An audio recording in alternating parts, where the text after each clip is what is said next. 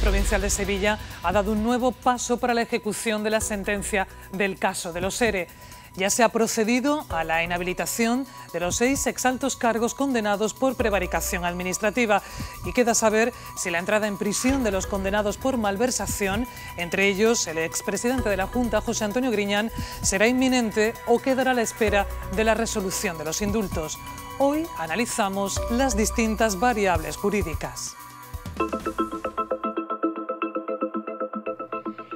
Hace una década de estas imágenes, la comisión de investigación que abrió el Parlamento andaluz para depurar responsabilidades en el fraude de los ERE.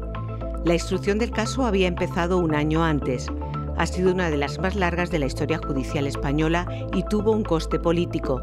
Contribuyó al desgaste del gobierno socialista en la Junta. El Tribunal Supremo ha dictado sentencia. ¿Es este el final del camino?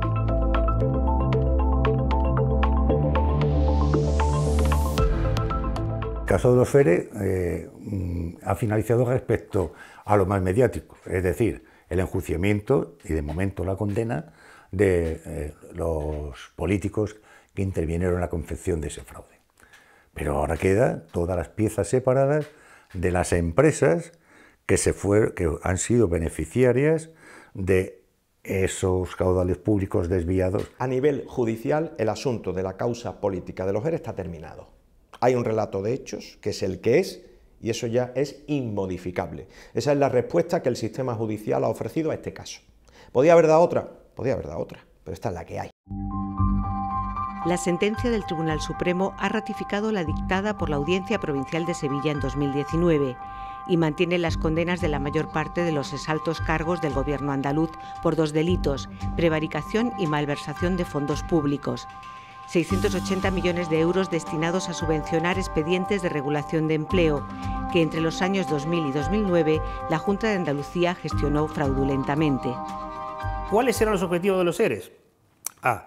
Ayudar a las empresas en dificultades económicas para que no cierren, para que no se vayan de Andalucía, para que no desaparezcan porque las necesitamos. B. Para que los trabajadores no tuvieran una situación horrible, dificultosa, en el final de su vida laboral. Un objetivo que, como recoge la sentencia, se pervirtió al eximir de controles esas ayudas. La necesidad política de dar respuesta rápida a los grandes conflictos sociolaborales llevó a los responsables de la Junta de Andalucía a establecer un sistema ágil, si bien tal agilidad se consiguió eliminando los mecanismos de control legalmente establecidos. Para destinar fondos públicos hay que hacerlo siguiendo unas reglas y un procedimiento. Cuando se eluden esas reglas y ese procedimiento, cualquiera que sea el destino final de esos fondos, aunque sea para lograr objetivos que puedan considerarse moralmente positivos, eso es un hecho delictivo, puede ser un hecho delictivo, ¿no?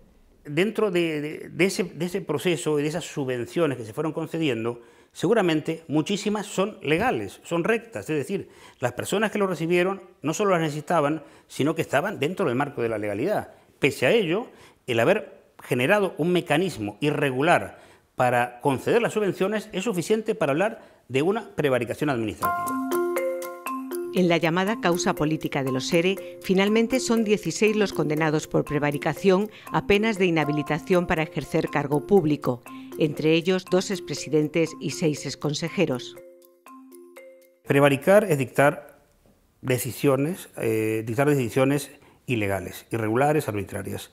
Y malversar es sustraer fondos públicos o bien permitir mirar hacia otro lado cuando otros los sustraen. La malversación se castiga con penas de prisión en nuestro ordenamiento jurídico. Este delito ha centrado el debate jurídico desde que en 2019 se hiciera pública la sentencia de la Audiencia de Sevilla. Hay algunos de los imputados en estos delitos que probadamente se han quedado con el dinero. Se han quedado con el dinero. No sé, esto es público y notorio, que el director general de Trabajo, que estaba imputado en estos delitos, pues hacía uso particular del dinero y lo gastaba a su antojo en vicios diversos que han salido en la prensa. Se refiere al exdirector general de Trabajo, Francisco Javier Guerrero, considerado el responsable de la mayor parte de las ayudas concedidas. La jueza instructora del caso decretó su ingreso en prisión provisional en 2012 y 2013. En total estuvo 10 meses y medio en la cárcel. Falleció en 2020. Además de Guerrero, hay 9 condenados más a penas de prisión. Tanto la Audiencia Provincial como el Tribunal Supremo consideran que malversaron, aunque no existan pruebas de que se lucraron con ello. Existen dos tipos de malversación. La malversación propia, es aquella en que una autoridad dice, bueno, yo este milloncito de euros, pues me lo llevo yo para casa haciendo un fraude. Y hay otro que es el delito por omisión impropia o pasividad, como se ha dicho desde un punto de vista mediático. Esa pasividad permitió que no se controlara a los llamados intrusos, personas que se incluían en los expedientes de regulación de empleo y cobraban las ayudas sin haber trabajado nunca en las empresas. Entramos en términos jurídicos un poquito más complejos, donde el Tribunal Supremo, el voto mayoritario que ha triunfado, entienden que había dolo eventual. Significa que ellos conocían sin tener una voluntad de delinquir plena, conocían que esto podía ocurrir y lo consintieron. Ese ha sido el argumento apoyado por la mayoría de un tribunal compuesto por 5 magistrados. Hay 2 votos particulares que no ven pruebas suficientes para condenar por malversación a los cargos que no pertenecían a la Consejería de Empleo. Son el presidente Griñán, los exconsejeros Francisco Vallejo y Carmen Aguayo, el exviceconsejero Jesús Rodríguez Román y el director general de IFA-IDEA, Miguel Ángel Serrano. Unos dicen que sí ha habido malversación, mientras que el voto el voto particular de las 2 compañeras dicen que no tuvieron conocimiento de los últimos estadios de la ejecución de ese fraude y que por lo tanto no pueden ser condenados. Desde mi punto de vista, tanto una posición como otra son totalmente respetables. Es una mera discrepancia en cuanto a la valoración probatoria, algo normal en un órgano colegiado y que al final se ha resuelto por el voto de la mayoría, que ha dado lugar a una sentencia, vuelvo a repetir, que confirma casi todos los pronunciamientos de la sentencia de Sevilla. Eso es algo normal, es algo habitual en los órganos colegiados y todavía más en la Sala Segunda del Tribunal Supremo. No es habitual que en una sentencia de este calado haya 2 magistradas del Tribunal Supremo que adviertan que se ha producido una lesión al derecho a la presunción de inocencia. Yo no conozco ningún caso previo. Ese es uno de los motivos que ha llevado a José María Calero, abogado defensor de José Antonio Griñán, a presentar un incidente de nulidad ante el Tribunal Supremo. Otros argumentos son el retraso en la resolución y la publicación del fallo 50 días antes de dar a conocer el contenido de la sentencia. Ha dado lugar a una situación de condenado sin sentencia, es decir, ha habido una lesión del derecho a la presunción de inocencia y, en segundo lugar, que, atendido a que por esa actuación se ha producido un daño, pues compense la pena impuesta en la sentencia y rebaje, modere la sanción penal, en este caso, pues dejando la pena privativa de libertad en 2 años. Una reducción de la condena de 6 a 2 años permitiría solicitar la suspensión del ingreso en prisión y tener en cuenta factores como la edad. La legislación penal española no establece un límite de edad para el cumplimiento de una pena privativa de libertad. Pero sí es verdad que va jugando, por ejemplo, en el artículo 60 del Código Penal, la edad de 70 años es una edad que se tiene en cuenta a los efectos de aminorar el régimen penitenciario, la posibilidad de que pueda hacer una vida en libertad a pesar de que exista una pena, ¿no? De momento, el ingreso en prisión queda en suspenso hasta que el Supremo responda al incidente de nulidad.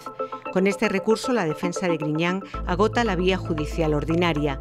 El siguiente paso es interponer un recurso de amparo ante el Tribunal Constitucional. El Tribunal Constitucional no forma parte del sistema judicial ni de la organización judicial. Los tribunales ya han hablado. El Tribunal Constitucional es un órgano constitucional, independiente, autónomo, con una función. Y una de sus funciones es que las decisiones que adoptan los poderes públicos, entre ellos los tribunales de justicia, se ajusten a la Constitución y respeten los derechos fundamentales. En todo caso, estamos hablando ya de caminos extraordinarios y excepcionales. ¿Que es verdad que pueden afectar al resultado final? Indudablemente. Un tribunal constitucional envuelto en la polémica de la renovación pendiente de una parte de sus magistrados. El Tribunal Constitucional tiene su legitimidad cuestionada. ¿Por qué razón? Se tiene que renovar en una tercera parte. Y por aquellos dimes y diretes de los partidos políticos, pues no se está renovando. Y eso que conlleva que la ciudadanía tiene la impresión que tanto los políticos como el Parlamento, como el Consejo General del Poder Judicial, no respetan las leyes democráticas, lo cual es muy peligroso. Según las estadísticas, el Tribunal Constitucional rechaza el 99% de los recursos de amparo que se presentan. Otra vía paralela es la petición de indulto que ya han presentado ante el Ministerio de Justicia las familias de Griñán y varios exconsejeros. En la figura jurídica del indulto, en virtud de la cual se computa total o parcialmente una pena de una sentencia firme, se puede realizar en España de todos los delitos, a excepción de los delitos de terrorismo y los delitos de alta traición. Por lo tanto, estos delitos, en principio, se puede conceder el indulto. El indulto es una medida de gracia regulada por una ley de 1870 que han usado todos los gobiernos. La ley de indulto exige un informe del tribunal sentenciador, que es quien tiene que valorar si efectivamente la persona lo merece o no, pero cualquier indulto concedido sin el informe favorable del órgano sentenciador, desde mi punto de vista, es una bofetada a la decisión jurisdiccional. El indulto tiene un contenido basado en razones humanitarias, de equidad, de situación familiar, de situación personal. Que una familia pida, por las razones que sean, que no tienen por qué ser públicas, que se conceda un indulto, me parece que lo único que se puede hacer es respetarlo. Todavía quedan páginas por escribir sobre el caso de los ERE. Gran parte de las piezas en que se dividió esta macrocausa aún están en fase de instrucción.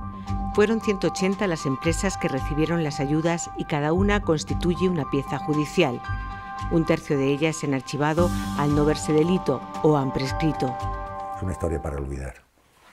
Pero para olvidar tenemos que saber qué se ha cometido y las consecuencias que ha tenido y tiene que tener para los responsables.